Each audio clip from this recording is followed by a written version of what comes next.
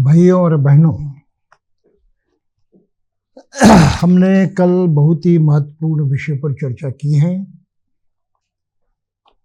कि भिक्षु संघ क्या होता है, उनका संगठन कैसे होता है। दुनिया में पहली बार केवल बुद्ध ने ही श्रमणों को संगठित किया है और उनके लिए विनय पिटक बनाया, कानून बनाया कि किस तरह से वो संगठित जीवन जिए। उनके लिए उद्देश्य निश्चित किया कि किस कारण वो भिक्षु बने और किस तरह से काम करे, किस प्राप्ति के लिए। और इस साथ ही साथ समाज सेवा का बहुत ही बड़ा काम उन्होंने भिक्षुओं पर सौंपा था। अब ये भिक्षु तो पूरा समय देकर, घर बार छोड़कर अपना पूरा समय धम्म के लिए देते हैं, आचरण के लिए और उसका प्रचार प्रसार करने के लिए। उसी तरह उनके पद पर पद रखते हुए, उनके कदम पर कदम रखते हुए उपासकों ने भी अपना जीवन चलाना चाहिए। ये वास्तविकता है। अभी इसी बात को थोड़ा आगे लेकर उपासक और भिक्षु, इनका परस्पर नाता क्या होता है, जिम्मेदारियां क्या होती है और किस तरह से वे एक दूसरे से लाभान्वित होकर एक बहुत ही सुसंगठित जीवन जी सकते हैं और सब मिलकर अपने लक्ष्य को प्राप्त करते हैं, जो कि अधिक सुख को पाना है, सर्वोच्च सुख को पाना है, जिसे निर्वाण कहते हैं। बाबा साहब ने यहाँ पर इस विषय पर जरा जोर देकर समझाने की कोशिश की है, क्योंकि हुआ यूं, भिक्षु संघ तो बुद्ध ने संगठित किया, उनके लिए नियम भी बनवाए, उनका आपसी व्यवहार कैसे हो ये भी तय किया, कौन सी गलतियां करेंगे उसका कौन सा परिणाम होगा, कौन सी सजा उनको मिलेगी, वो कैसे भुगतनी पड़ेगी, ये सब कुछ कर दिया। संक्षिप्त में भिक्षु संघ का उन्होंने संविधान निर्माण किया, जो विनय पिटक के नाम से जाना जाता है, और ये भी तय किया कि भिक्षु किस तरह से संघ में प्रवेश पाए। कोई भी ऐसे संघ में प्रवेश नहीं कर सकता था। उनकी एक प्रोसेस है, एक रीति है, एक प्रक्रिया है। तो इस प्रक्रिया के तहत अपना घर बार छोड़कर, सभी रिश्ते नाते तोड़कर भिक्षु को पहले श्रामणेर बनना पड़ता है, विद्यार्थी बनना पड़ता है, और जो ज्येष्ठ भिक्षु हैं, जो आचार्य हैं, सिखाने की योग्यता रखते हैं, आचरण में उन्होंने खुद कुछ अपनी उपलब्धि पाई है, ऐसे आचार्य के साथ रहकर एक भिक्षु के नाते धम्म जीवन किस तरह से जीना है, उस रहन सहन को अपनाकर, उस जीवन पद्धति को अपनाकर प्रत्यक्षात धम्म का आचरण किस तरह से करना है और किस तरह से अपने अंतिम उद्देश्य यानी निर्वाण की तरफ बढ़ना है, ये सब उन्होंने तय कर दिया विनय पिटक के अनुसार। तो ये श्रामणेर जो है, ये स्टूडेंट बनकर पहले रहता है। श्रामणेर भिक्षु के बराबरी का नहीं होता, वो किसी को उपदेश देने की योग्य नहीं होता, क्योंकि वो स्टूडेंट होता है, वो पढ़ाई करता है। वो किसी का नेतृत्व करने के लिए योग्य नहीं होता, क्योंकि उतना ज्ञान उसके पास होता नहीं है। चूंकि वो घर बार छोड़कर भिक्षु जैसे ही जीवन यापन करता है, तो इसलिए उसका भी उपासक सपोर्ट करते हैं, उसको सही तरह से मदद करते रहते हैं। तो जो भिक्षु के लिए मदद करनी होती है, वही मदद उसको भी की जाती है, जैसे अन्नदान है, वस्त्रदान है, रहने की व्यवस्था है। लेकिन बहुत ही महत्वपूर्ण जो अर्थ है, कंडीशन है, वो ये है कि वो अकेला नहीं रह सकता। किसी भी श्रामणेर को अकेला रहने की इजाजत नहीं है। उसने अपने आचार्य के साथ ही रहना चाहिए जब तक वो भिक्षु नहीं बनता, और जब तक आचार्य उसको आज्ञा नहीं देते कि अब तुम लायक हो गए, तुम अपने बलबूते पर भिक्षु जीवन जी सकते हो और उनकी भी मदद कर सकते हो, ये योग्यता तुमने पाई है, अब तुम अकेले प्रचार प्रसार करने में और अपना जीवन यापन करने में सक्षम हो। इस तरह से वो जब आज्ञा देते हैं तब कहीं वो भिक्षु जो है स्वतंत्र रूप से काम करने लगता है, स्वतंत्र रूप से यहाँ तहाँ जाने लगता है और लोगों को उपदेश करता है, उनकी सहायता करता है। ये योग्यता जब तक पाई नहीं जाती तो किसी भी श्राम्य को सार्वजनिक जीवन में धम्म का प्रतिनिधि होने का कोई हक नहीं है, कोई हक नहीं है। तो एक बहुत ही बुरी ही परंपरा भारत में निर्माण हुई है और इसके कारण भिक्षु संघ भी काफी बुरे हालत में दिखाई देता है। उनका प्रशिक्षण होता नहीं है और प्रशिक्षित भिक्षुओं के अभाव के कारण भारत में धम्म का कार्य सही ढंग से नहीं हो रहा है और भिक्षु संघ भी अपना सही अस्तित्व नहीं बना पाया है। ये कमजोरी है। तो इसमें सुधार तभी होगा जो बाबा साहब की अपनी खुद की कल्पना थी कि भिक्षु और उपासक जो प्रचारक बनना चाहते हैं, उपासक भी प्रचारक बनना चाहते हैं, बुद्ध के जमाने में भी थे उपासक प्रचारक, तो उनकी अपनी योग्यता होनी चाहिए, उनका अध्ययन होना चाहिए, वो सक्षम होने चाहिए काम करने के लिए।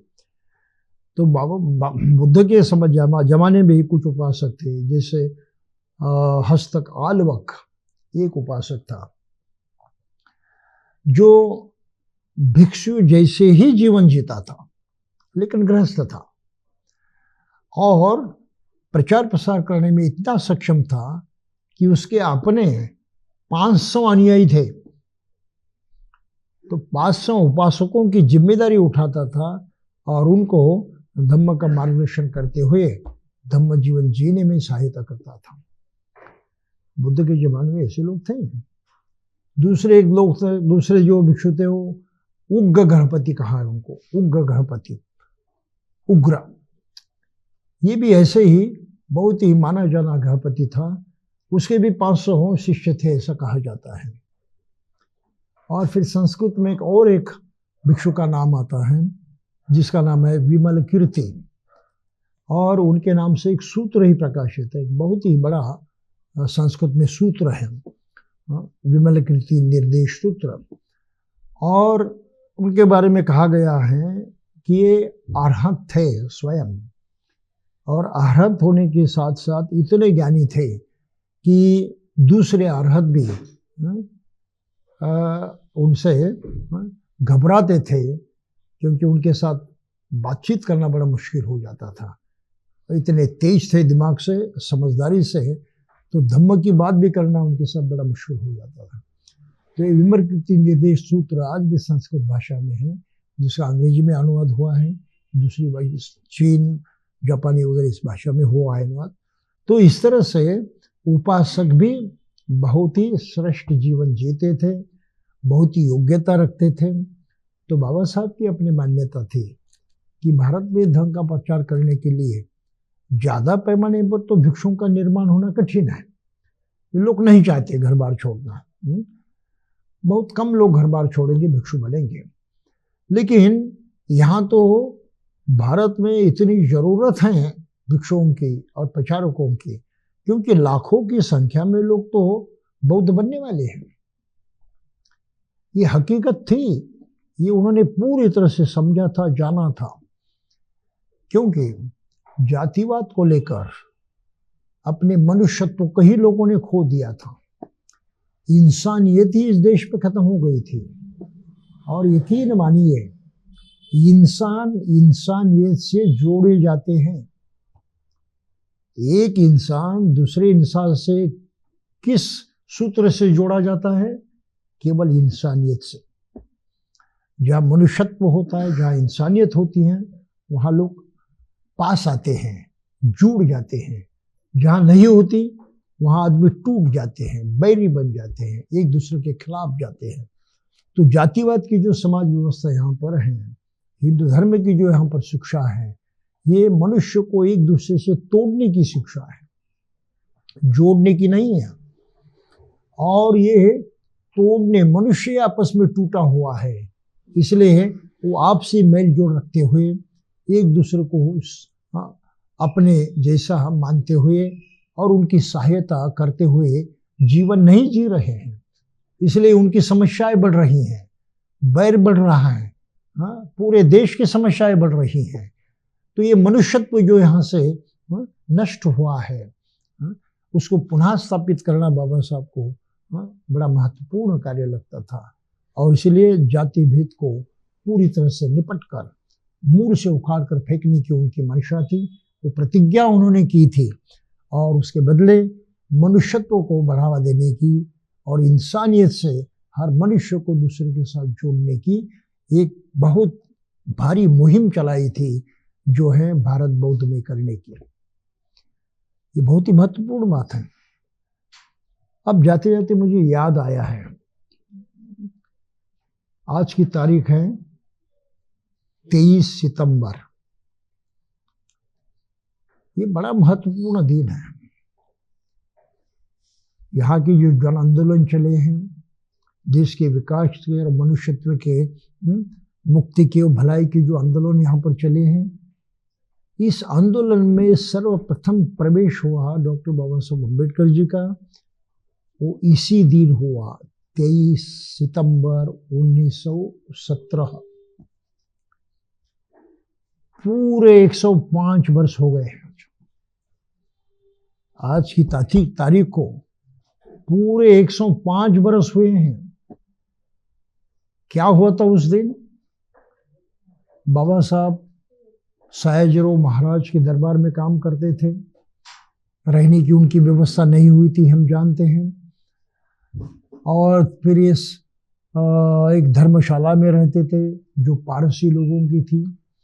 वहाँ पर भी पारसियों को पसंद नहीं आया, वो उनको मारने आए और फिर उनको 8 घंटे की मोहलत दी। 8 घंटे के अंदर अपना इंतजाम करो और यहाँ से निकल जाओ। तो बाबा साहब महाराज से मिलने गए, लेकिन महाराज कहीं मैसूर के दौरे पर जाने की तैयारी कर रहे थे, तो उनसे मिलना नहीं हुआ।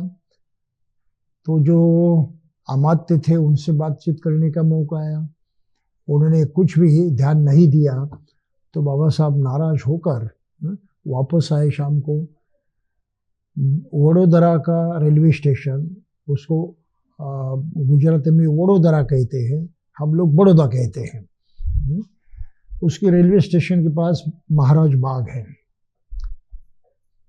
वहाँ एक वटवृक्ष है, वहाँ के नीचे बैठकर वो रोए थे, बहुत रोए थे।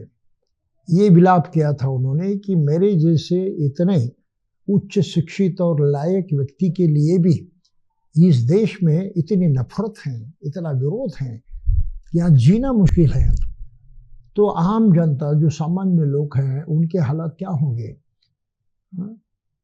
बहुत गुस्सा आया उनको, संतप्त है कि अगर ये यहाँ की नीति है, यहाँ की समाज व्यवस्था है, यहाँ का धर्म है, परंपरा है, तो उसको उखाड़ कर फेंकना चाहिए।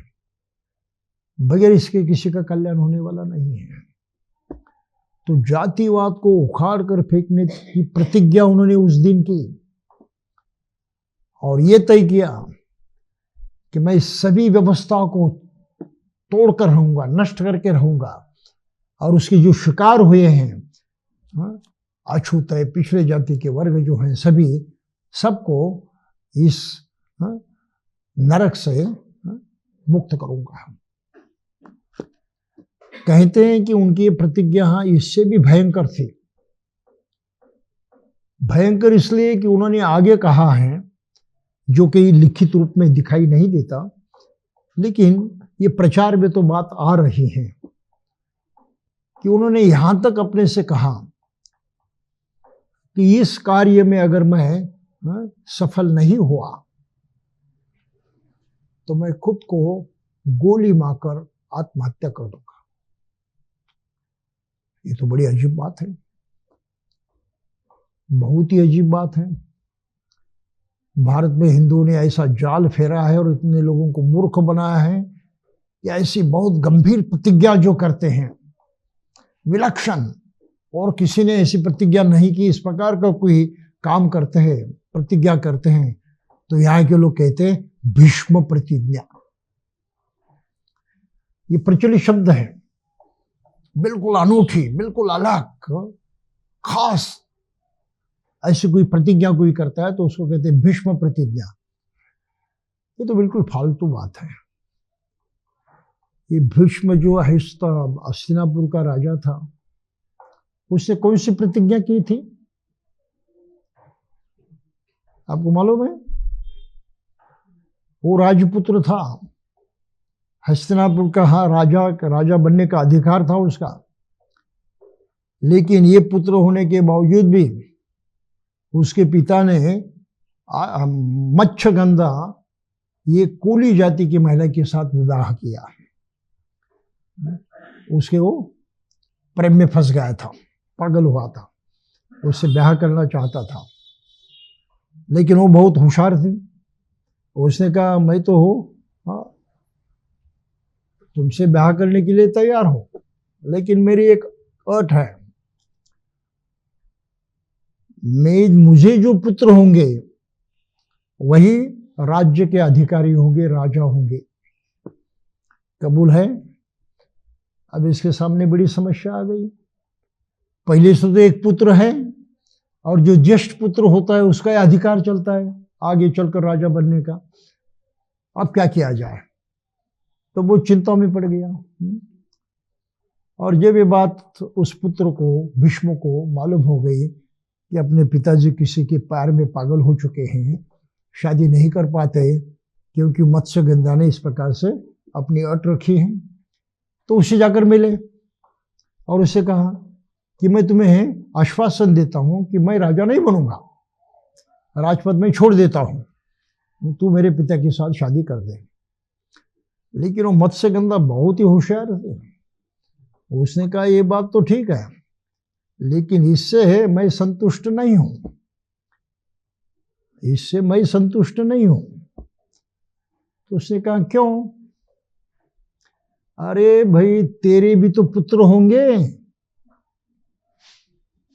और तू ज्येष्ठ है, तो ज्येष्ठ का जो पुत्र होगा वो हक साबित करेगा। मेरे पिता ज्येष्ठ थे, मैं ज्येष्ठ का पुत्र हो तो मेरे पुत्र को कोई पूछेगा नहीं, तो ये धोखा मैं तो लेने वाली नहीं हूं, मैं समझ रही हूं। तो फिर उसने प्रतिज्ञा की, क्या? अब मेरे पुत्र राजाधिकारी बनेंगे, वो अपना अधिकार मांगेंगे, स्थापित करेंगे। ठीक है, ये बात मैं समझ गया। तो मैं ये प्रतिज्ञा करता हूं कि मैं ब्याह नहीं करूंगा, किसी पुत्र को जन्म नहीं दूंगा। तो क्या प्रतिज्ञा की उसने? ब्याह नहीं करूंगा। अब ये कैसे भारी प्रतिज्ञा मानी जाती है? आज के जमाने में ढेर सारे लोग हैं ब्याह नहीं करते हैं। कौन उनको मसीहा मानता है, महापुरुष मानता है, अरे बड़ा तेज आदमी है, देखो वो कितना बड़ा है कि ब्याह नहीं किया, ऐसा कोई कहता है? ये प्रतिज्ञा बिल्कुल सामान्य प्रतिज्ञा है, इसका कोई मूल्य नहीं है। बाबा साहब की प्रतिज्ञा ये आज की दुनिया में, मैं तो समझता हूं कि पूरे मानव जाति में बिल्कुल ही अलग प्रतिज्ञा है। इसको भीम प्रतिज्ञा ही कहना चाहिए, और उसका मूल्य इतना महान है। जरा समझिए, मैं समझाने की कोशिश करता हूं कि मैं इन सब लोगों का उद्धार करूंगा, इन बुरे हालात से उनको मैं बाहर निकालूंगा, और ये मुझसे नहीं हुआ तो मैं खुद को मार डालूंगा। अब ये कोई प्रतिज्ञा है? आप दूसरों का उद्धार करने जा रहे हो, अगर उनका उद्धार करना है तो उनको सिखाना पड़ेगा, उनका प्रबोधन करना पड़ेगा, उनको समझाना पड़ेगा। सही है, आपकी ताकत है उस करने की, समझाने की, आप समझाने का पूरा प्रयास करोगे, लेकिन उसने नहीं माना तो ये क्या तुम्हारे हाथ में? तुम समझाओगे, तुम सिखाओगे, लेकिन लोग नहीं मानेंगे, नहीं सुधारेंगे, तो सुधार उनका नहीं होगा। अब तुमने उनको सिखाया, उसने नहीं माना, तो सजा किसको मिलनी चाहिए? जो नहीं मानता उसको। और तुम उल्टा कहते हो, अरे उसने नहीं माना तो मैं खुद को मार दूंगा। ये कौन सा न्याय है? ये कौन सा तर्क है? ये कौन सी बुद्धिमानी की बात है? समझ रहे आप कि मैं उनका उद्धार करूंगा और उसने नहीं माना तो मैं खुद को मार दूंगा। तो इस तरह से बिल्कुल ही अलग ढंग की प्रतिज्ञा मानव जाति के इतिहास में किसी ने नहीं की है। मानव जाति के इतिहास में आज तक के वो प्रतिज्ञा बाबा साहब ने की थी। कहां भीष्म की प्रतिज्ञा और कहां बाबा साहब की प्रतिज्ञा। तो ब्राह्मण इतना झूठ बोलते हैं, झूठ का फैलाव करते हैं, अपने को ही बड़ा कहने की बात करते हैं। तो इससे बिल्कुल विपरीत बात है। तो आज इस घटना को 105 वर्ष हो गए और बाबा साहब ने अपना काम किया, संविधान लाया, जाति भेद जो है निरस्त कर दिए। जो ईश्वर की आज्ञा मानेगा, जातिवाद का पालन करेगा, उसको जेल में भेजने की व्यवस्था कर दी। तो यहां का वातावरण ऐसे हो गया, हिंदुओं के सामने बड़ा सवाल पैदा हो गया, समस्या पैदा हो कि क्या करें। हमारे धर्म का पालन है तो जाति भेद पर भरोसा करना चाहिए, जाति भेद का पालन करना चाहिए और उनको तुच्छ लेना चाहिए, उनके मनुष्यता के अधिकार नकारने चाहिए, उनको अन्याय अत्याचार करने चाहिए। समझ रहे आप? ये तो हमारा धर्म है, ये जाति का कर्तव्य है, हमको उसी तरह से बर्ताव करना चाहिए क्योंकि ईश्वर ने कहा है, हमारे ईश्वर ने कहा है। तो संविधान के माध्यम से बाबा साहब ने क्या करके दिखाया? मानो तुम्हारी ईश्वर की माननी है तो बात, लेकिन जैसे ही ईश्वर की बात मानोगे, यहां के संविधान के अनुसार, कानून के अनुसार तुम्हें जेल में जाना पड़ेगा। क्या पसंद है? ईश्वर के लिए जेल जाना चाहते हो? लोग भी इतने झूठे हैं, मक्कार हैं, उन्होंने संविधान के कारण अपने ईश्वर की आज्ञा को छोड़ दिया। क्या ईमानदार है ये लोग? अपने धर्म के प्रति भी वो ईमानदार नहीं है। मैं क्या बता रहा हूं, समझ रहे हैं आप? अपने ईश्वर के प्रति भी वो ईमानदार नहीं है, बेईमान लोग हैं। एक कानून को लेकर बाबा साहब ने ईश्वर का भी कानून जो है खत्म कर दिया। आप समझ रहे इस बात को? और उसके फलस्वरूप आज हम आज के दिन देख रहे हैं भारतवर्ष, जहां जातिवाद खुले तौर पर अमल में नहीं लाया जाता। बंधन हैं, गिने गिने तो ऐसे घटनाएं होती हैं, अन्य अत्याचार होते हैं, लेकिन सरेआम जो जातिवाद यहाँ प्रस्तापित था कि पिछड़े जाति वर्ग के, अछूत वर्ग के, शूद्र लोगों को शिक्षा पर प्रतिबंध था, व्यवसाय पर प्रतिबंध था, अच्छा खाना पीना उनके नसीब नहीं था, किसी तरह से वो मानवीय जीवन जैसा जीना चाहते वो जीने के हक उनके पास नहीं थे।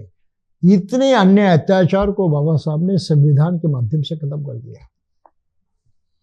और ये प्रतिज्ञा उन्होंने 23 सितंबर 1917 इस दिन की थी, जो आज का दिन है। कुछ सबक सीख सकते हैं, इससे कुछ सबक सीख सकते हैं, बहुत भारी सबक सीखना चाहिए। और वो सबक यही है कि जिस तरह से बाबा साहब ने यहाँ इंसानियत प्रस्तापित की है, मनुष्यत्व प्रस्तापित किया है, उसको हम दोबारा टूटने नहीं देंगे, लेकिन उसको बढ़ावा देने की हरदम कोशिश करते रहेंगे। और वो बढ़ावा देने का मार्ग जो है, जो स्वयं बाबा साहब ने दिखलाया है, वो है सही ढंग से बौद्ध बनना, पूरे भारत को बौद्ध में बनाना और ऐसे नए समाज की रचना करना, निर्माण करना, जिसमें इंसानियत जीवित रहे, मनुष्यत्व जीवित रहे और इस देश का पूरा भविष्य जो है पूरी तरह से बदल जाए। ये ताकत भारत के सर्व कल्याण के लिए जो ज्ञान चाहिए, जो शिक्षा चाहिए, ये शिक्षा बाबा साहब के इन विचारों में ही छिपी हुई है। ये ताकत उनके पास है और किसी के पास ये सोच विचार नहीं है पूरे भारत में। 2012 साल की बात है, मैं लखनऊ यूनिवर्सिटी में था।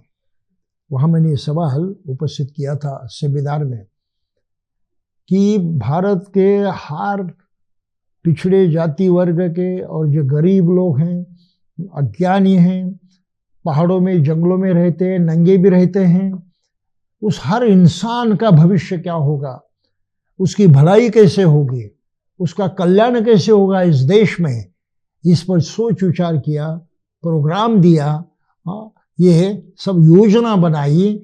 उसके शिल्पकार केवल डॉक्टर बाबा साहब अम्बेडकर थे और दूसरा कोई नहीं था। तो यूनिवर्सिटी के सब लोगों से मैंने पूछा कि आप मुझे बताइए कि बाबा साहब का महत्व, इनका बड़प्पन इसमें छिपा हुआ है कि इस देश के हर आदमी के कल्याण की जिम्मेदारी उन्होंने उठाई थी और उस तरह से इस देश का भविष्य बने, इसलिए प्रोग्राम दिया था, कार्यक्रम दिया था। क्या इनसे बढ़कर दूसरा कोई इंसान है भारत में? उनके जमाने भी नहीं था और उनके बाद भी नहीं था। तो यूनिवर्सिटी के लोगों ने 3 दिन के बाद चर्चा करने के बाद ये कबूल किया कि आप कहते वो सही है। बाबा साहब के बराबरी का कोई इंसान भारत में नहीं है जिसने हर प्राणी का, हर सामान्य मनुष्य का भविष्य जो है वो कल्याणमय हो, इसके बारे में सोचा और इस तरह से विचार दे। आप समझ लीजिए इस बात को। तो भारत बौद्ध बनना कोई सामान्य बात नहीं है। हर प्राणी के प्रति हमें इंसाफ देना है, इंसानियत से व्यवहार करना है, और ये है बौद्ध बनने का मुख्य कारण, ये है भारत को बौद्ध बनाने का मुख्य कारण। तो ये जाते जाते आज अभी याद आया 23 सितंबर। तो इन सब बातों को लेते हुए बाबा साहब ने बुद्ध धर्म को अपनाया है। लेकिन वो जानते थे कि केवल बुद्ध धर्म अपनाने से काम नहीं होगा।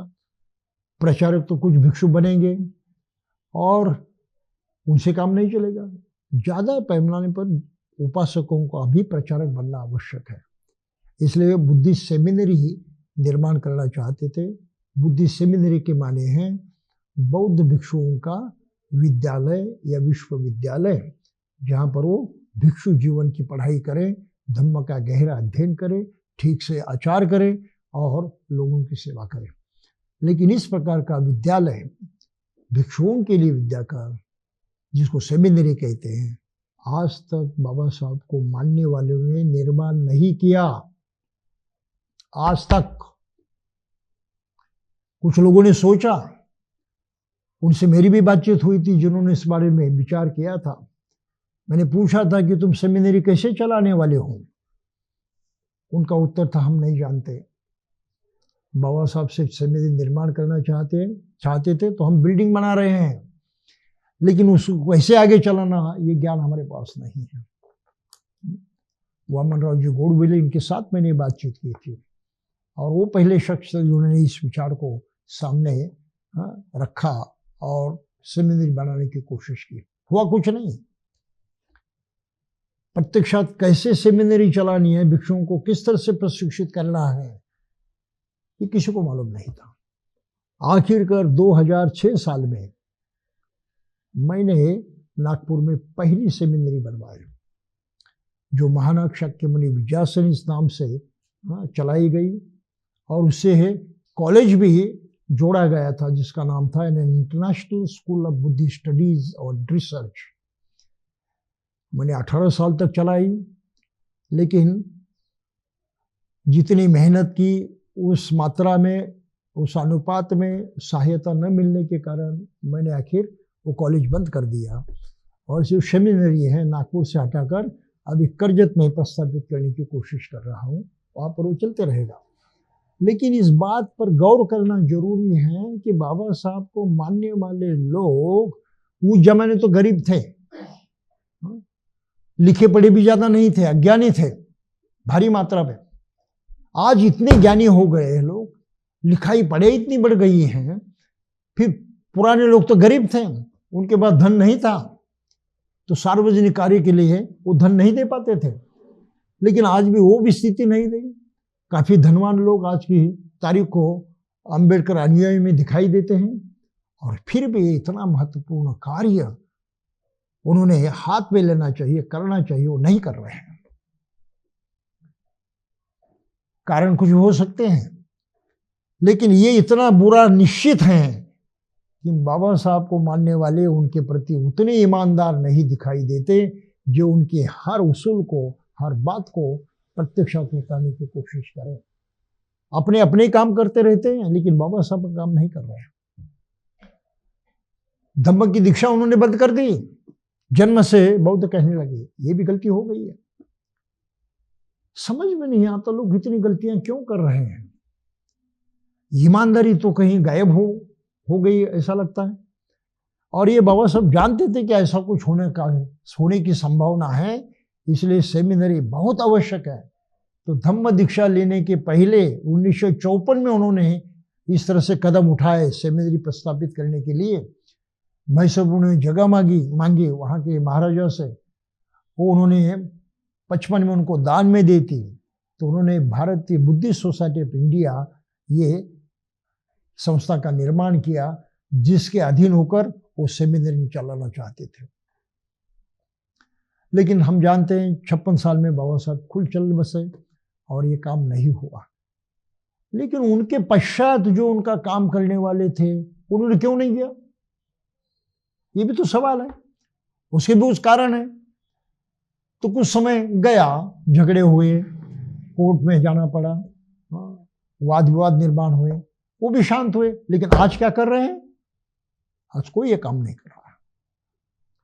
इस हकीकत को हमें ध्यान में रखना चाहिए। और बाबा साहब इस समस्या को वैसे से पहचानते थे कि आगे चलकर ये गड़बड़ी होगी, और हो गई है। क्या नहीं हुआ, तो बाबा साहब ने यहां पर लिखा है इसी किताब में। वो कहते हैं कि भिक्षुओं की तो संगठित संस्था थी, जिसका दरवाजा हर किसी के लिए खुला था। संघ एक स्वाधीन संस्था वगैरह थी, और संघ दीक्षा से आदमी संघ तथा धर्म दोनों में दीक्षित हो जाता था। तो संघ में जो आता था, श्रामणेर बनता था, तो उसको 2 दीक्षा मिलती थी। एक तो संघ में आ जाता था, संघ में प्रविष्ट होने की दीक्षा, और धम्म की दीक्षा, धम्म लेता था।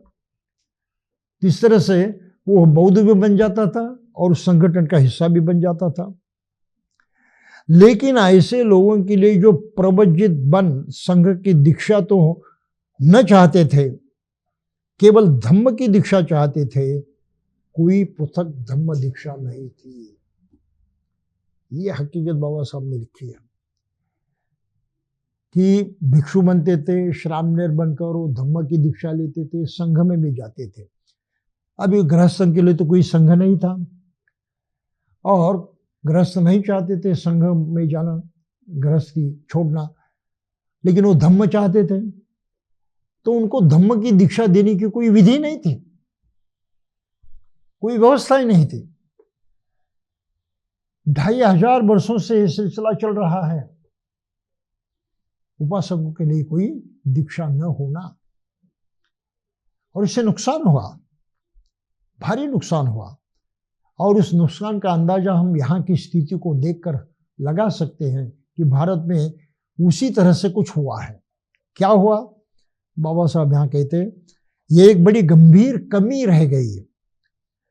यह कमी उन कारणों में से एक थी जो अंत में जाकर भारत से बुद्ध धम्म के लुप्त हो जाने के कारण बने। भारत से बुद्ध धम्म गायब हो गया, खत्म हो गया, क्योंकि जानबूझकर दीक्षा लेकर धम्म का जीवन जीने की जो परंपरा थी वो खंडित हो गई, वो टूट गई। जैसा भिक्षु संघ नष्ट हुआ भारत में, तो पढ़ाने वाले कोई नहीं रहे, उपासक उतने ज्ञानी नहीं थे, आचरण में वो कमजोर में थे। उनका नष्ट होने से जो उपासक थे वो अपने खुद के धम्म को पूरी तरह से भूल गए और कुछ पीढ़ियों में पूरी तरह से बुद्ध धर्म से दूर हो गए और धीरे धीरे फिर उन पर दूसरे धर्म का प्रभाव पड़ते गया और इसने उस तरह से वो हिंदू बन गए। अगर दीक्षा जारी रहती थी तो ये प्रक्रिया खंडित नहीं होती थी, उपासक धम्म भूल नहीं जाते थे, दीक्षा ली है, कुछ तो पाया है, उसको आगे बढ़ाते रहे, इस तरह से धम्म जीवित रहता था। तो इस तरह से धम्म बर्बाद हुआ भारत में। और इस बात को मद्देनजर रखते हुए बाबा साहब ने क्या कहा, इस पृथक धर्म दीक्षा के न होने के कारण गृहस्थ एक धर्म से दूसरे धर्म में भटक सकते थे और उससे भी बुरी बात यह थी कि बुद्ध धर्म को अपनाए रहते समय कोई दूसरा धर्म भी अपनाए रह सकते थे। आज वो दुविधा हम देख रहे हैं। हम जिनको जन्म से बौद्ध मानते हैं, सोच समझकर बिल्कुल प्रतिज्ञा करते हुए उन्होंने वो कबूल नहीं किया है, जन्म के कारण हम उनको मानते हैं। लेकिन ये दीक्षा न होने के कारण वो आज की तारीख में वो कितने सारे हम बौद्ध देखते हैं, पुरानी बातें करते रहते हैं, पुराने आचार करते रहे हैं, देवी देवताओं का पूजन करते हैं, पुरानी परंपराएं चलाते हैं, दिखाई देते हैं। आज हम देखते हैं आज की तारीख को और फिर हम उनको बुरा कहते हैं, ये बौद्ध हैं, इस तरह से गलत बर्ताव करते हैं। मैं उनको बुरा नहीं समझता, गलती समाज की है। अगर उनको अपनी दीक्षा दी होती, उनको ठीक से समझाया होता कि तुम्हें इस तरह से जीवन चलाना है, तो वो चला सकते थे। लेकिन तुमने केवल कहा है कि जन्म से बौद्ध हैं, सिखाया कुछ नहीं, दिया कुछ नहीं, संस्कार किए ही नहीं, तुमने ही माना कि ये बौद्ध हैं, हालांकि वो बौद्ध नहीं थे। तो आज की तारीख को ढेर सारा समाज जो है अम्बेडकराइट और बौद्ध कहने वाला है, ये इस प्रकार का समाज है, वो वास्तव में बौद्ध नहीं है। हम उनको बहुत समझते हैं क्योंकि हम जन्म से बौद्ध मानते हैं। आप समझ रहे हैं इस बात को? उन्होंने बुद्ध धर्म कबूल नहीं किया, पसंद नहीं किया, उसका स्वीकार नहीं किया, उस तरह से जीवन जीने की कोई प्रतिज्ञा उन्होंने नहीं की, ठहराया नहीं। आप समझ रहे हैं इस बात को? तो जो वास्तविक बौद्ध बने ही नहीं, हम लोग क्यों उनको बौद्ध कहते हैं? ये गलती, बहुत भारी गलती बाबा साहब के पश्चात उनको मानने वाले लोगों ने की है। और आज की तारीख को भी बिल्कुल पढ़े लिखे लोग भी इसी गलती को करते रहते हैं। बहुत ही बुरी बात है। मैं एक बहुत बड़े अफसर के साथ मुंबई में बैठा था। मैं उनका नाम वगैरह कुछ डिटेल नहीं बताता क्योंकि वो निंदा होगी, लोग उसका गलत प्रचार भी कर सकते हैं। और मैंने उनको मेरी एक किताब दे दी, मैंने नए से लिखी थी जो धम्मपद पर आधारित है। ये धम्मपद में जो अंतिम वग्ग है, अंतिम जो वग्ग है धम्मपद का, ये वग्ग जो है उसका नाम है ब्राह्मण वग्ग। ब्राह्मण वग्ग नाम ही है 26वां वग्ग है धम्मपद का। और बुद्ध ने यहां लिखा है खास तौर पर, ब्राह्मण अगर शब्द है श्रेष्ठता दर्शक, कुछ ऊंचे अर्थ का, ऊंची प्रतिष्ठा का, महानता दिखाने वाला अगर ये शब्द है ब्राह्मण, इस शब्द से महानता प्रकट होती है, उच्चत्व प्रकट होता है, तो सही ब्राह्मण कौन है, सही श्रेष्ठ आदमी कौन है, सही में उच्च कौन है, इसका जिक्र करते करते उन्होंने यहां पर लिखा है कि जो बुद्ध हैं वही सबसे श्रेष्ठ है। बुद्ध के धम्म के अनुसार जो अरहत बना है वो सबसे श्रेष्ठ है। शोतापन्नी, सगदागामी, ये जो धम्म का आचरण करते हुए जिन्होंने कुछ लायकियत अपनाई है, कुछ पाया है, अपने बड़प्पन को उन्होंने पाया है, वो सही में ब्राह्मण कहलाने योग्य हैं। जन्म से जो ब्राह्मण कहते हैं ये मूर्खता है, ये गलत है। जन्म से कोई भी महान नहीं होता, वो तो एक प्राणी रहता है, मनुष्य प्राणी। कर्म से ही वो अपने को ऊंचा उठाता है, कुछ बन जाता है। आप समझ रहे इस बात को? इस सच्चाई को मद्देनजर रखते हुए एक किताब मैंने लिखी कि बुद्ध ने कहा है कि जन्म से किसी को ब्राह्मण नहीं कहना है, हमने भी उनको नहीं मानना है। सही अगर ब्राह्मण ये श्रेष्ठता दर्शक शब्द है तो हमें भिक्षुओं को और बुद्ध को ही ब्राह्मण कहना चाहिए। आप समझ रहे इस बात को? ये किताब मैंने उनको प्रेजेंट दी, उन्होंने पढ़े, अरे मंत्री जी क्या ये फालतू किताब लिखी है तुमने, ब्राह्मण से हमारा कोई सरोकार नहीं है और तुम बुद्धों को ब्राह्मण बना रहे हो। मैंने कहा साहब मैं बुद्ध को नहीं ब्राह्मण बना रहा हूं, बुद्ध ने स्वयं कहा है कि मैं ब्राह्मण हूं। जन्म से कोई ब्राह्मण नहीं होता, कर्म से होता है, और सर्वश्रेष्ठ कर्म जो तो बुद्ध के जरिए होता है। बुद्ध के जैसा सर्वश्रेष्ठ कर्म करने वाला दूसरा कोई है ही नहीं। और ये किताब में लिखा है, नहीं ऐसी किताब में नहीं चाहिए। तो फिर मैंने कहा अगर आपको नहीं चाहिए तो वापस ले दीजिए। तो मैंने वापस ले ली।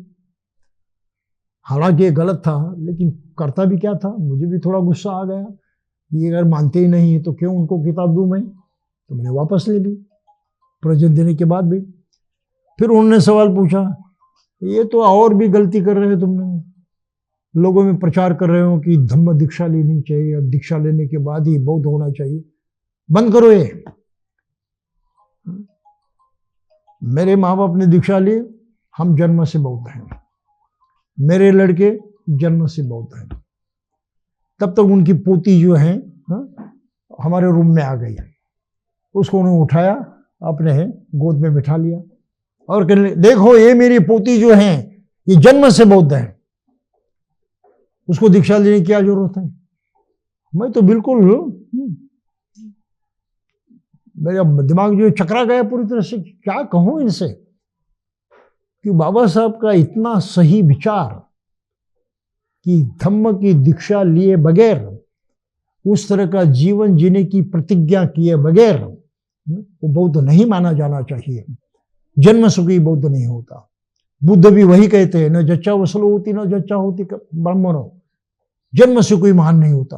तो बुद्ध का इतना ये महत्वपूर्ण विचार जो है, और ये इतने लिखे पढ़े और ऊंचे अधिकारी रहे हैं, बाबा साहब को मानने वाले हैं, और इनको भी ये पसंद नहीं आता है, वो गलत समझते। क्या समझे हम? ये हकीकत है आज की तारीख की। लिखे पढ़े लोग भी इस बात को नहीं समझते हैं, वे भी अपने बच्चों को जन्म से बौद्ध कहलाते हैं। इस गलती को तुरंत सुधारना चाहिए। अगर नहीं सुधारिए तो बुराई होने वाला है, अच्छा होने वाला नहीं।